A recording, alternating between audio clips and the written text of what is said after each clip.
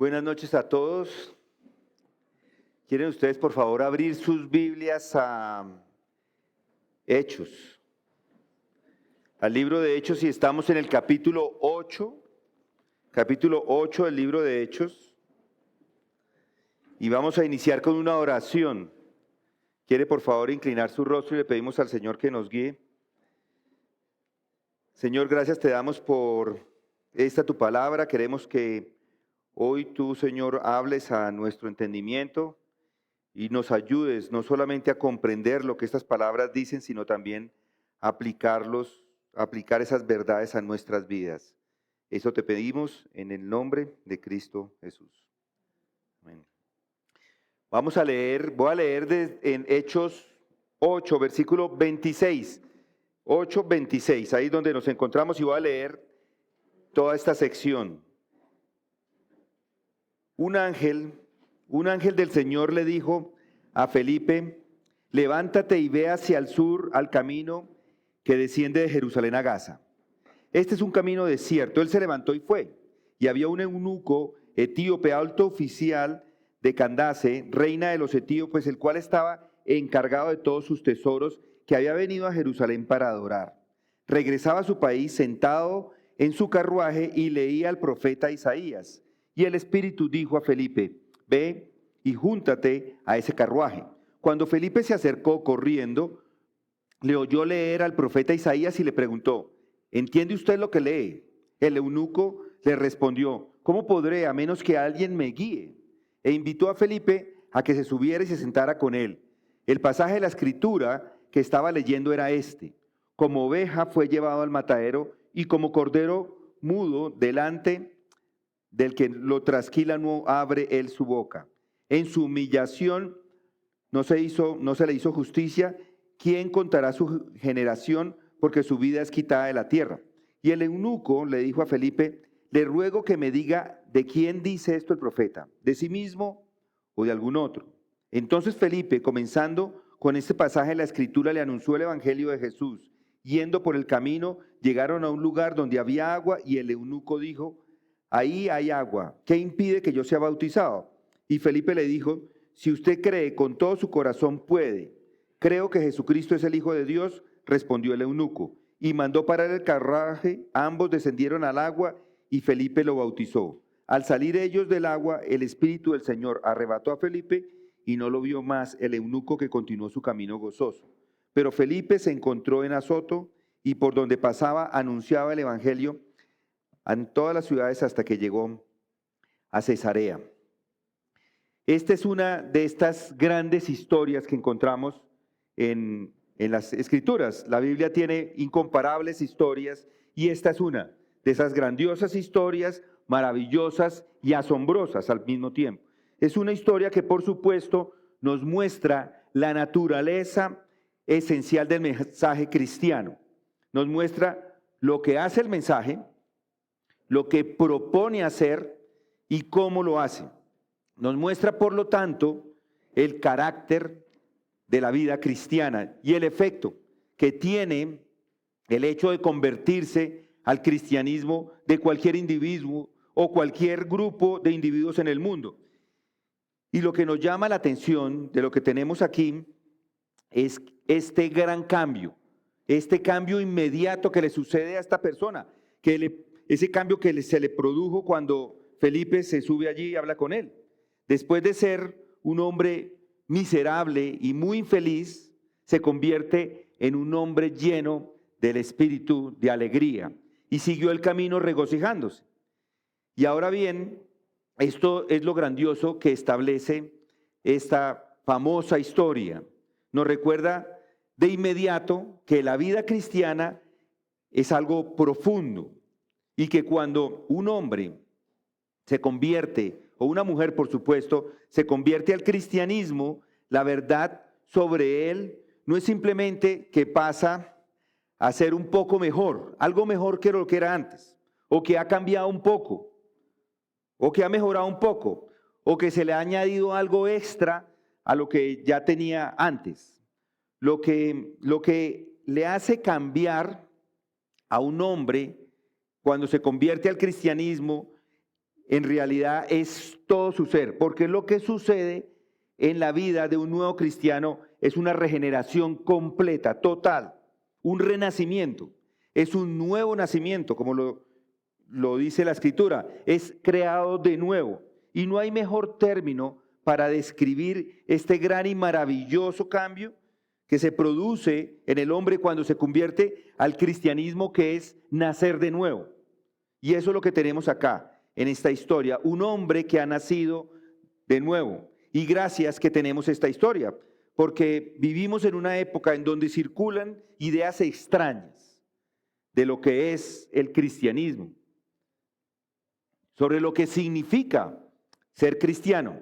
Algunos tienen la impresión de que el cristianismo es simplemente seguir una serie de normas o simplemente asistir a un lugar de congregación, una iglesia, pero no es así. Y le damos entonces gracias a Dios por haber inspirado al hombre que escribió Lucas que escribió este libro de Hechos. Escribió esta historia para darnos detalles de cómo una persona viene al conocimiento del Señor. Y yo le pregunto, ¿alguna vez a usted se le ha ocurrido preguntar por qué es que nos dejaron todos estos detalles de esta historia?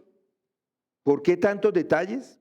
Y esa es parte de la sabiduría de Dios. Dios no se limita simplemente a darnos una verdad así sencilla o una doctrina o una enseñanza. Él nos da inclusive ejemplos, nos da ilustraciones de cómo se ve. Así es como lo hace. Aquí se nos cuenta la historia de cómo le sucedió a este hombre en particular. Y podemos seguir esta historia paso a paso, etapa por etapa si quiere, y descubrir exactamente de qué se trata.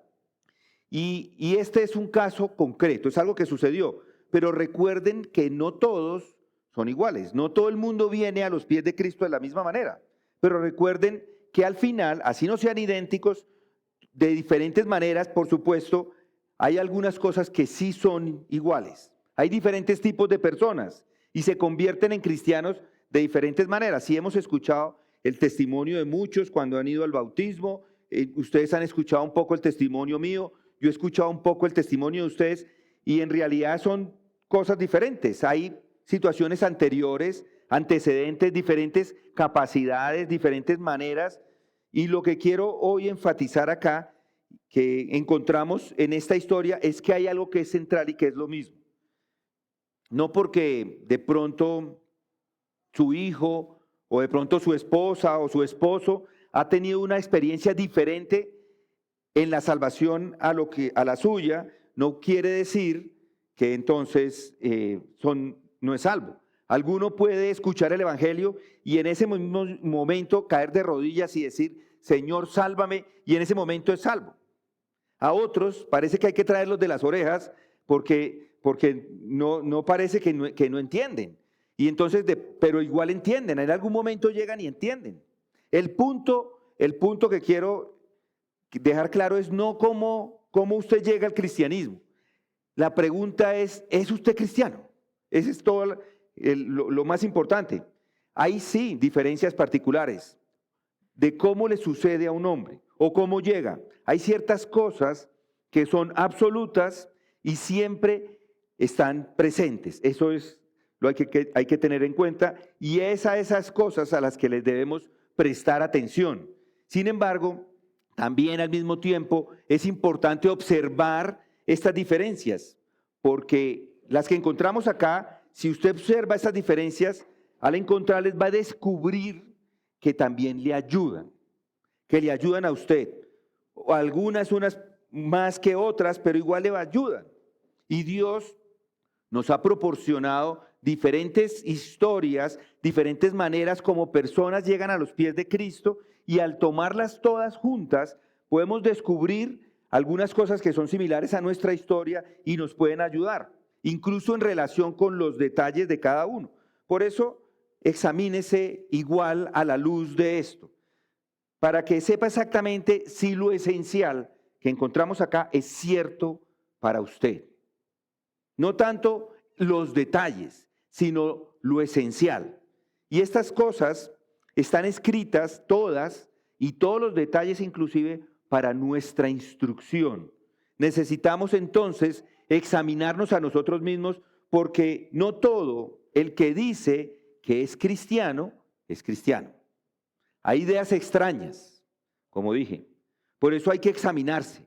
Hay que examinarse a ustedes mismos, porque esto es lo que determina, el hecho de que sea cristiano o no, es lo que determina cómo vive el mundo, y no solamente cómo vive, sino cómo morirá y cómo pasará la eternidad, una eternidad que en este momento para muchos es desconocida.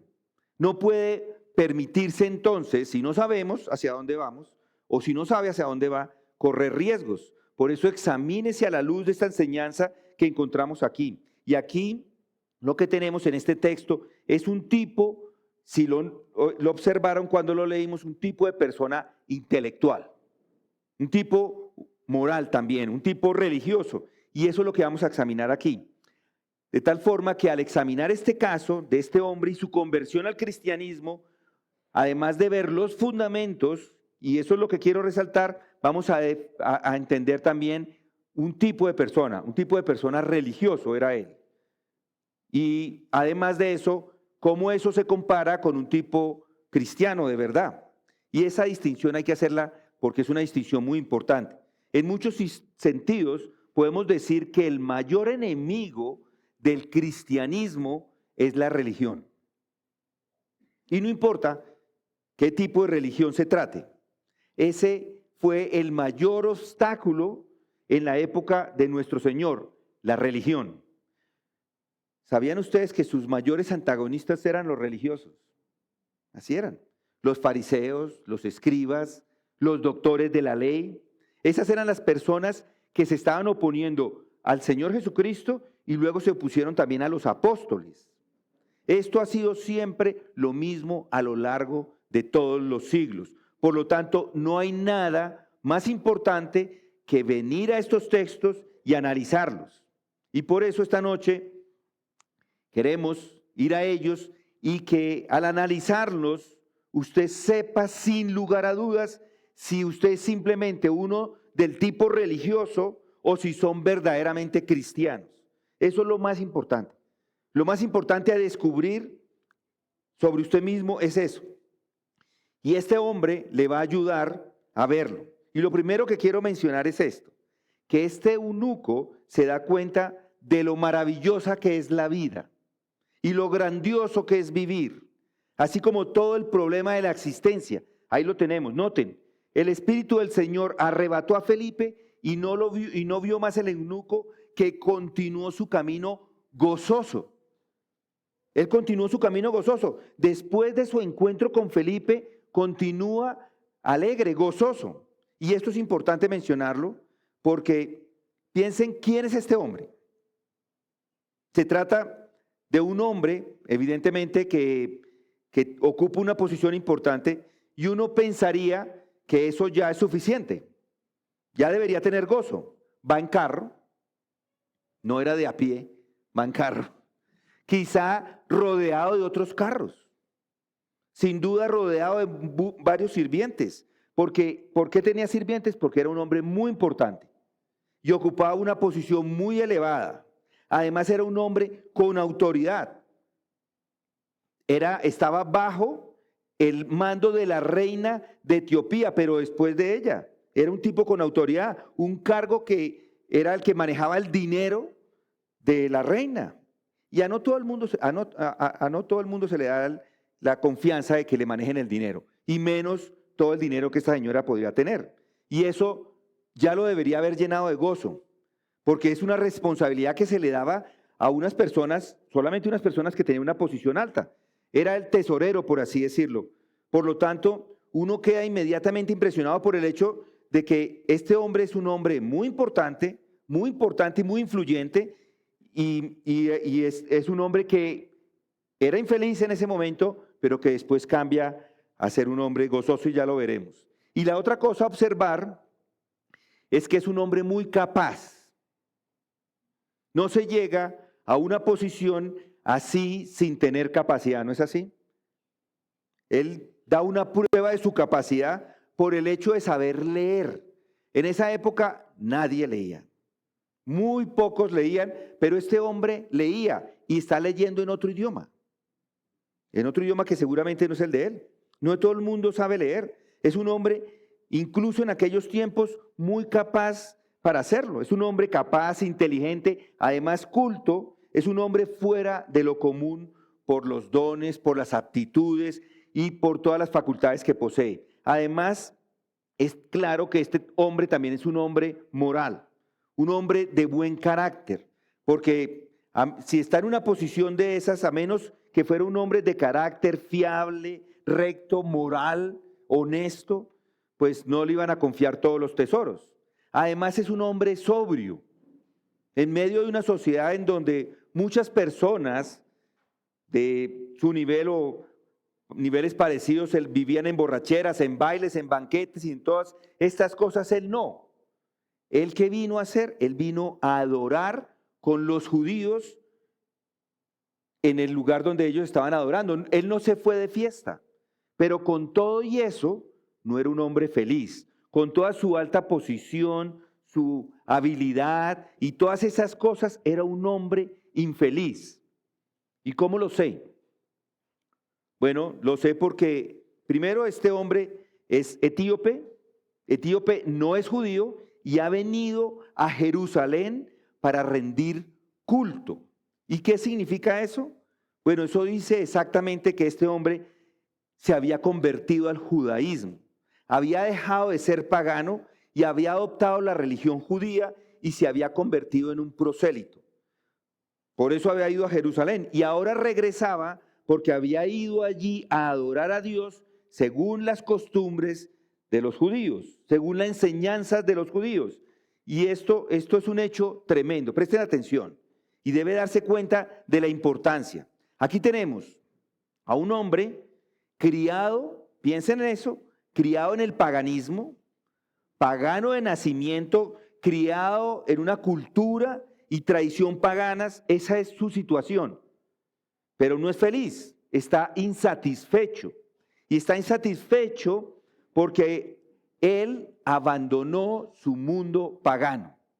Él lo dejó, probablemente con riesgo, por supuesto, pero muchos lo habían hecho en ese mundo antiguo y él también lo hizo. Se había convertido en judío practicante.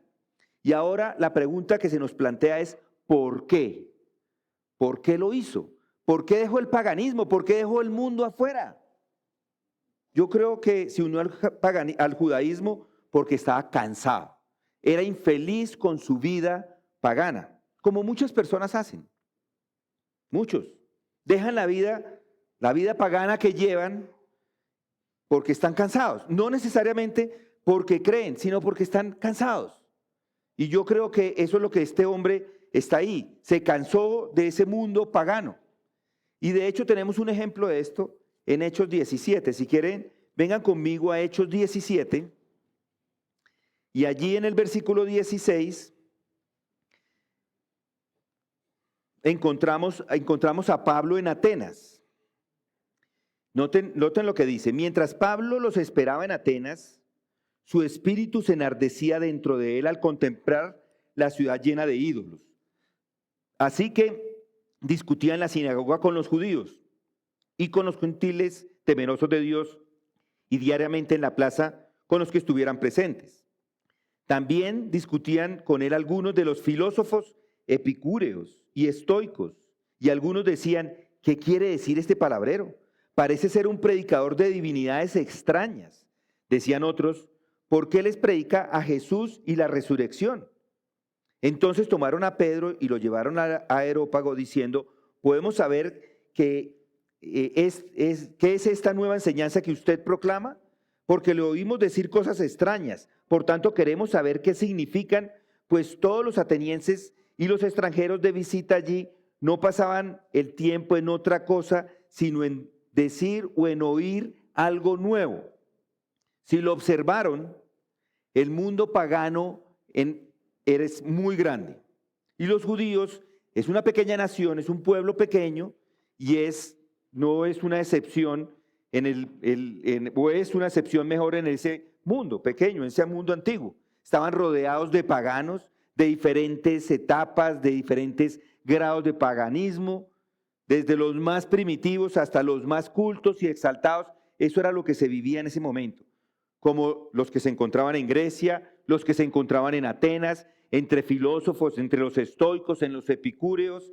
Pues bien, aquí tenemos a este hombre, este eunuco, que evidentemente puede compararse fácilmente con estos atenienses, porque es un hombre que tiene capacidad, es un hombre que tiene el entendimiento, que tiene conocimiento, que tiene formación, y lo que se nos dice de él es lo mismo que se nos está diciendo de los atenienses, que lo tenían todo, pero no estaban satisfechos. ¿Se ha fijado en esa afirmación grande que encontramos allí, muy significativa de los atenienses que acabamos de leer, el último versículo? Pues todos los atenienses y los extranjeros de visita allí no pasaban el tiempo en otra cosa, sino en decir o en oír algo nuevo. Noten, no hacían otra cosa que contar o escuchar cosas nuevas. ¿Y por qué? Sí se han preguntado por qué se interesaban en algo nuevo. Y solo hay una respuesta. No estaban contentos con lo que tenían. No estaban satisfechos. Y si no estaban satisfechos con lo que tenían, pues no están contentos. La gente siempre está pendiente de las últimas novedades, de las últimas cosas en el mundo, de las últimas enseñanzas. ¿Qué es lo último? Porque no están satisfechos con lo que tienen. De eso vive la moda. Porque la gente no está contenta con lo que tiene, entonces la moda sigue dando y sigue dando y sigue dando, porque nunca se está contento.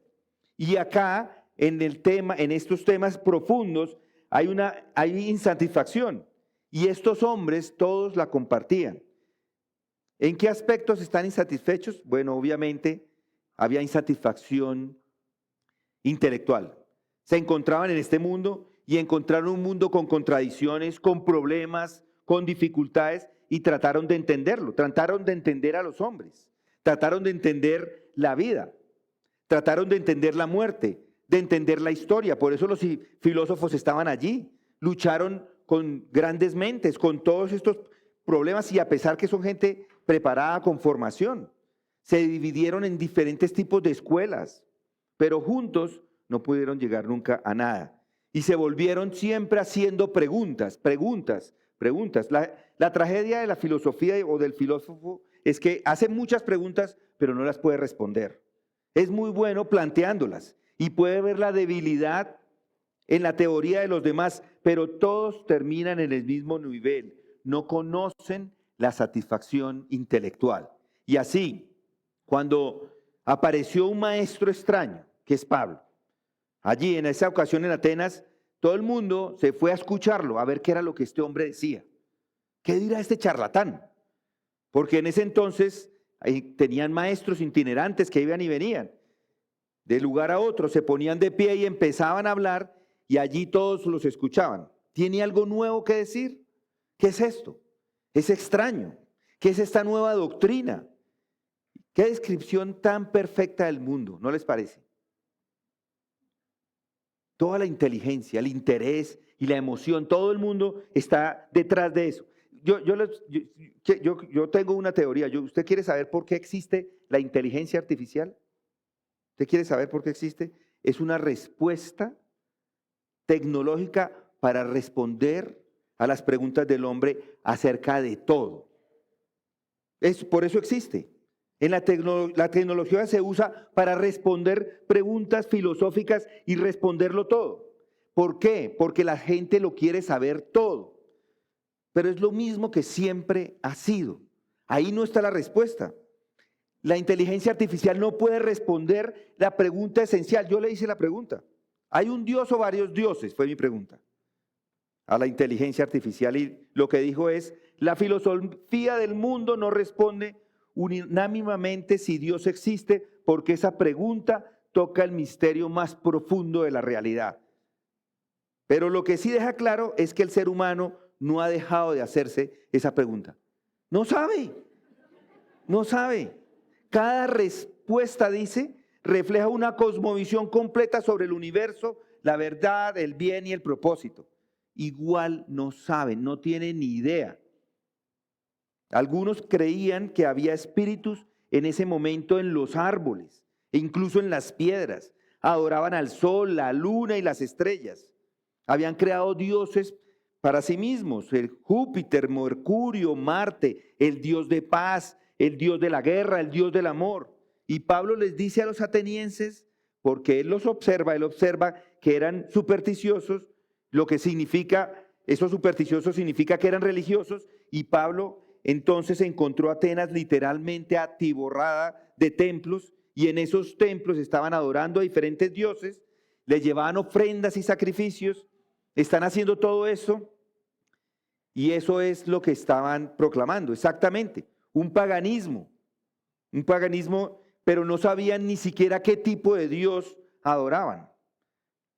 Y eso es lo que hemos visto acá, una vanidad, y en eso hay una vanidad completamente.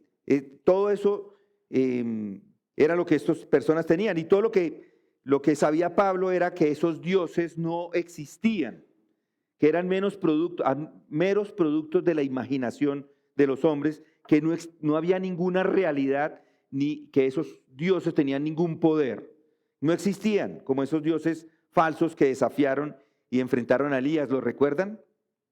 Los dioses falsos no tienen ningún poder. Recuerdan que Elías está en el monte Carmelo, los sacerdotes falsos claman a sus dioses, ¿y qué sucede? Responden. No hubo nada, ni una sola palabra, un silencio sepulcral. No hay palabras de eso, no existe tal cosa, no hay ídolos. Todo es creación de la mente y todo está en la imaginación del hombre.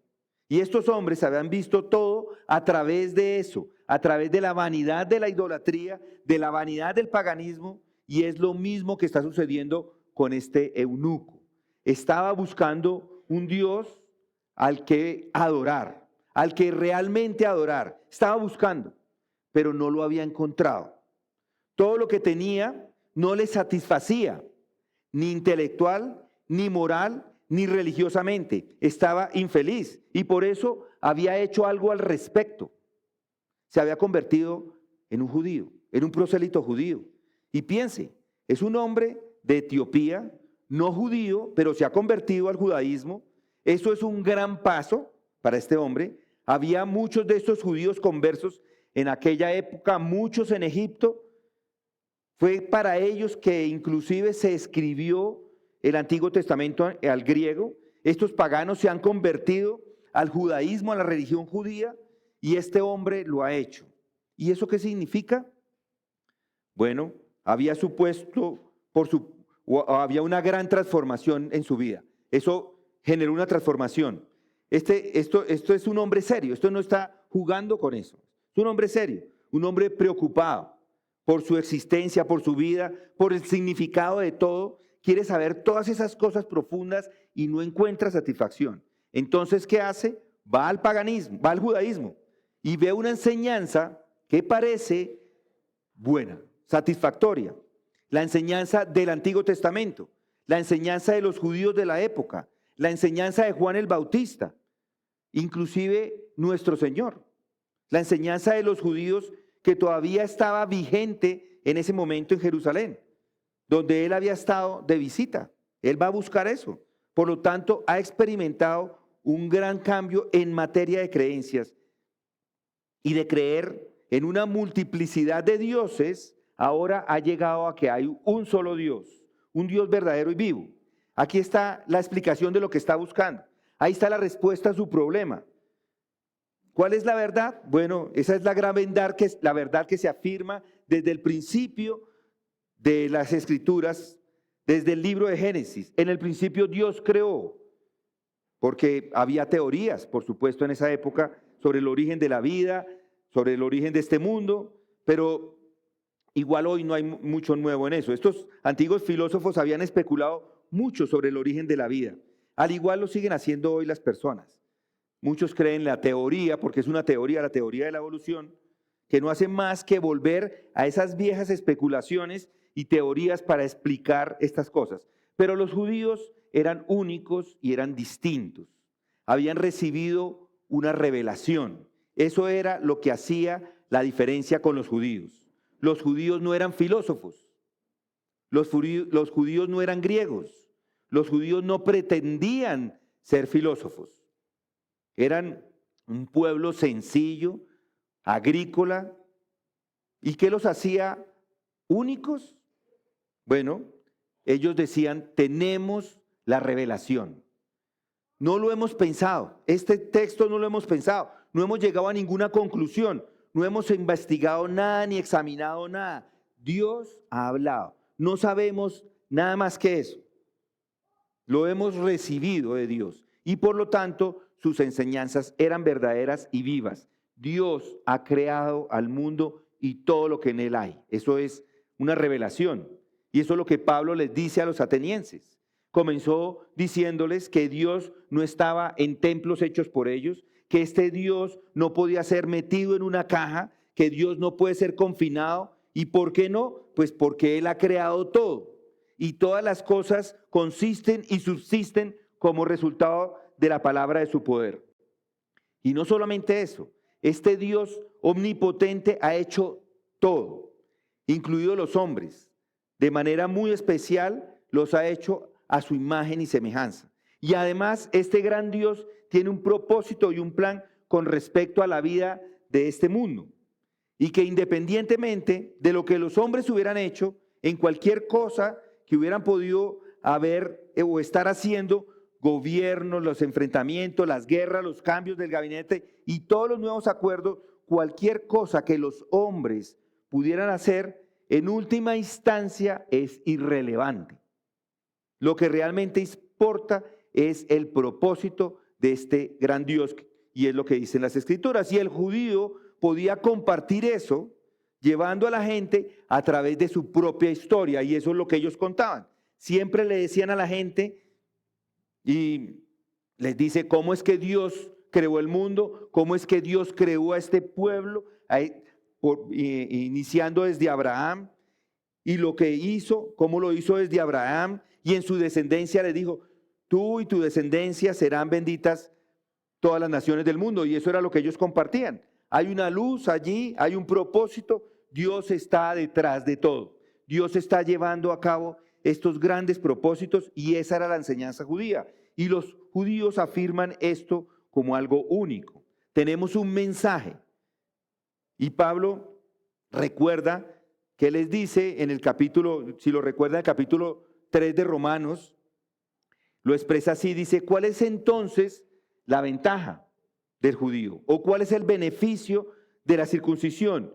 Y Pablo dice, grande, en todo sentido. En primer lugar, porque a ellos se les ha confiado los oráculos de Dios. Ese es el Antiguo Testamento, la palabra de Dios. Es gran luz, hay gran luz sobre Dios, sobre su propósito, y ahora el hombre puede llegar a ver eso. Y además, ¿quiere saber cómo vivir? Todos los filósofos griegos especulaban, pero era un hecho notorio que sus vidas eran disolutas, estaban desintegradas. En ese tiempo se vivían las perversiones sexuales que eran comunitarias entre filósofos, igual que el suicidio, que se daba en un porcentaje muy alto entre ellos y más alto que en cualquier otro sector de la sociedad. Algunas de las cosas más terribles ocurrían entre ellos, incluso entre sus propios templos. No eran satisfechos, no estaban contentos, sino que anhelaban una forma de vida, anhelaban una regla, anhelaban una ley, y por fin la encuentran, la ley de Dios. Es este mismo Dios, este Dios santo, justo y recto, que ha venido a la nación de Israel con los judíos a través de Moisés y que ahora tienen esa ley, tienen los 10 mandamientos. Primero tienen la primera tabla, luego la segunda, y dice, solo hay un Dios, solo a Él se debe adorar. No se debe adorar ninguna imagen tallada, no se debe adorar el nombre de Dios en vano. Se debe respetar el día que se ha designado para uno mismo.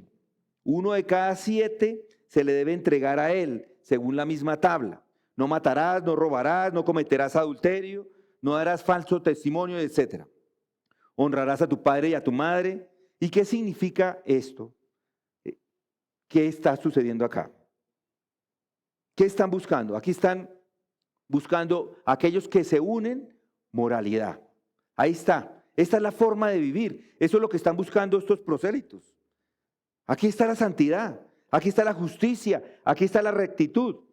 Por fin lo oyen y lo aceptan. Y entonces, ¿qué hacen? Se convierten en judíos. Esta es la forma de vivir. Ahora sí la encontramos. Después de haber tenido todo lo que tenían, están cansados con eso, ahora encuentran la forma de vivir.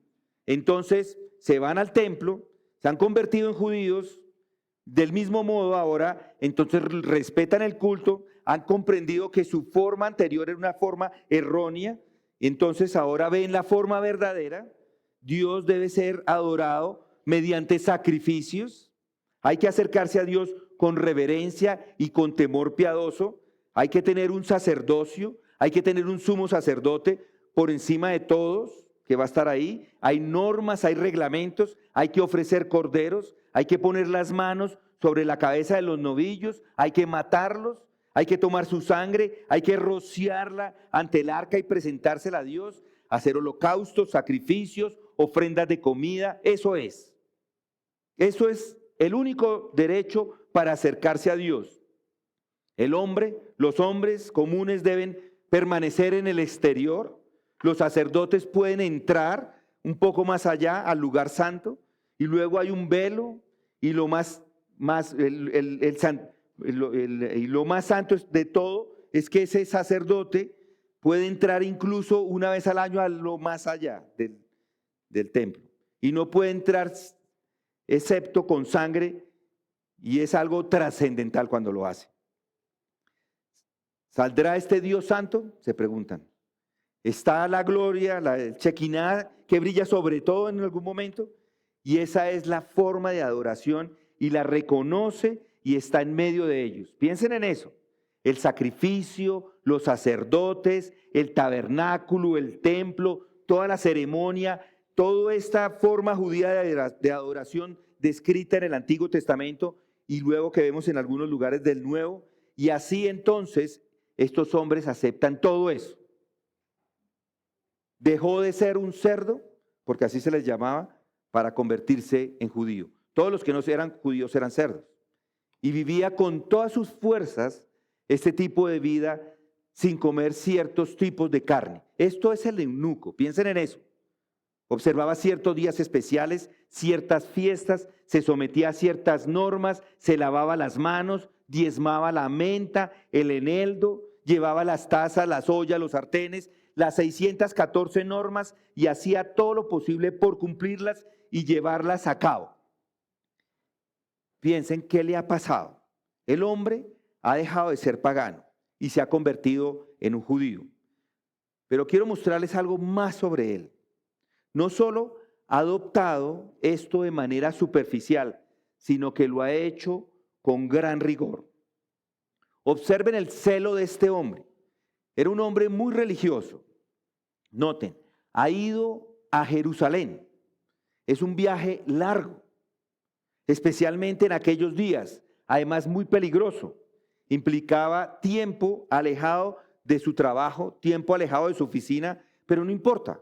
Este hombre tenía que estar allí, porque no quería estar allí, no estaba satisfecho y ahora quiere más instrucción, quiere que le enseñen más, quiere más conocimiento.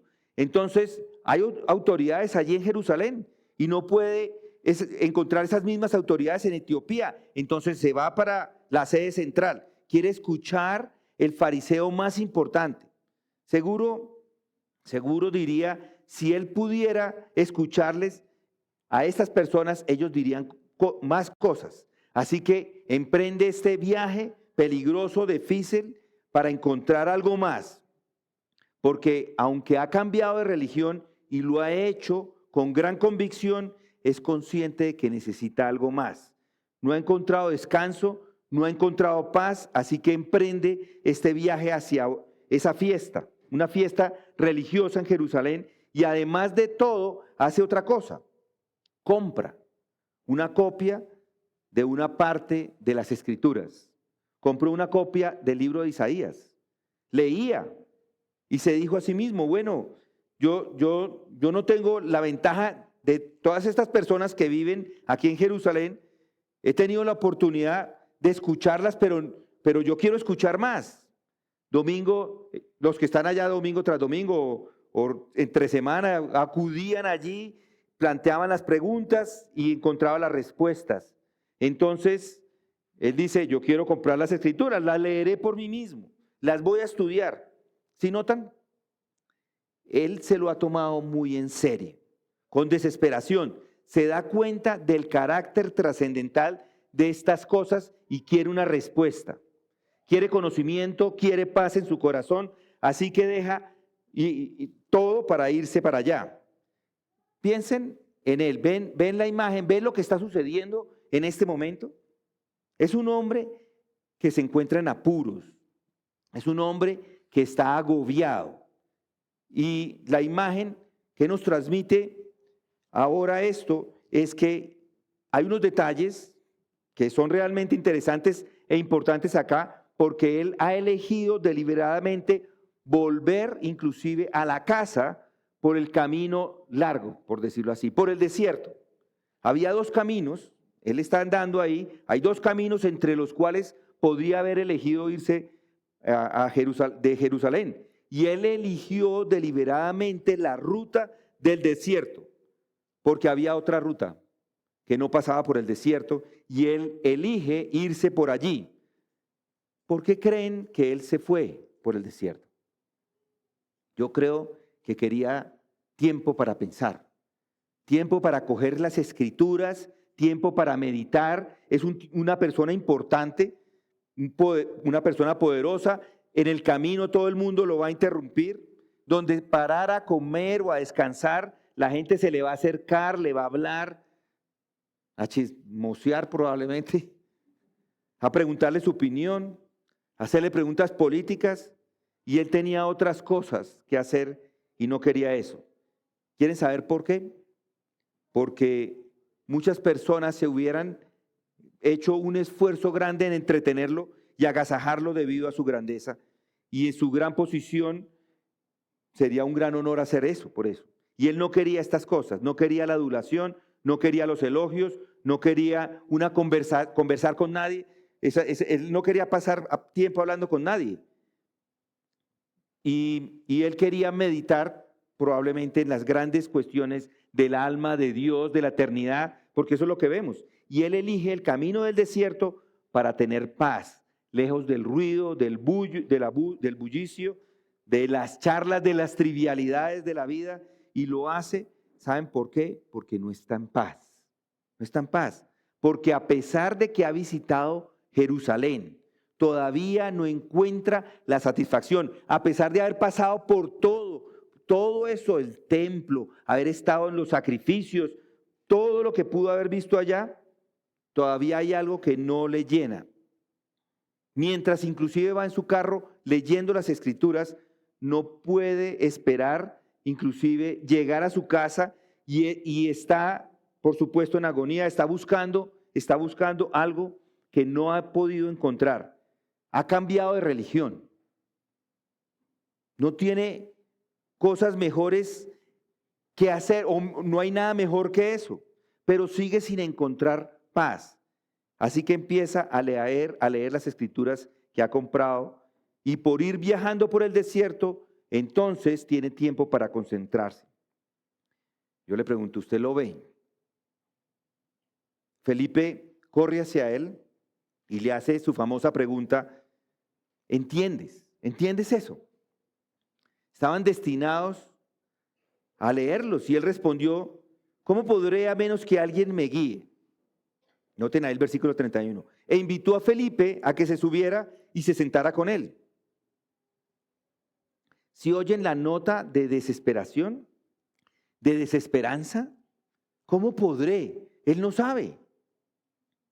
Sigue buscando, sigue insatisfecho a pesar de lo que tiene. Esa es la situación. Estos son los hechos que se nos presentan ante nuestros ojos cuando miramos a este hombre. Pero ahora, antes de terminar, quiero llamar su atención sobre la tragedia de la situación.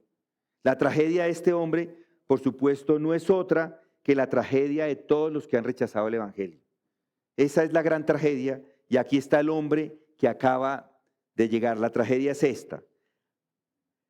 Algo ya ha sucedido, ya había sucedido en Jerusalén, que tenía la respuesta completa y perfecta a todas las preguntas y a todas sus necesidades. Él está en Jerusalén. Justo fuera de las murallas de la ciudad sucedió algo que le habría dado toda la plena satisfacción, pero él no sabe nada al respecto. Y ese es el problema de todos los judíos, inclusive hoy día. Y yo les digo, ¿creéis que, o creen que había oído hablar del Señor Jesucristo en su visita a Jerusalén? Ya Jesucristo había estado. No lo sabemos, pero podemos estar bastante seguros de que como prosélito judío se había movido en círculos en los que si se mencionaba el nombre de Jesús, se hacía simplemente para criticarlo, para denunciarlo, para tacharlo, para blasfemarlo o para rechazarlo. Y sin duda, él había aceptado de pronto esa enseñanza. Y el resultado es que llega tan abatido, atribulado e insatisfecho como cuando llegó a Jerusalén igual. Mi querido amigo, esta es la tragedia de todas las personas meramente religiosas. Es una de las descripciones más perfectas que tenemos en las Escrituras, la tragedia de los religiosos, hombres. ¿Qué es esto? Se lo voy a decir en pocas palabras. El apóstol Pablo lo dijo todo en Romanos 10, versículo 2, porque yo testifico a su favor de que tienen celo de Dios, pero no conforme a un pleno conocimiento. Por eso están satisfechos. Pues desconociendo la justicia de Dios y procurando establecer la suya propia, no se sometieron a la justicia de Dios. Está hablando de los judíos.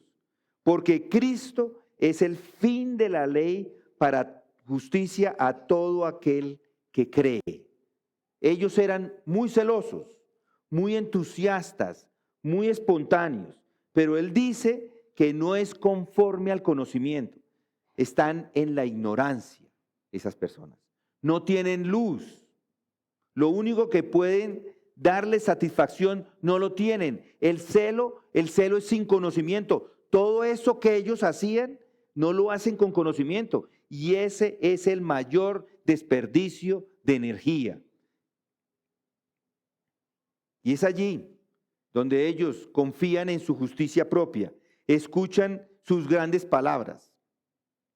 Hermanos, el deseo de mi corazón y mi oración a Dios por los israelitas para que sean salvos, porque es lo que dice Pablo.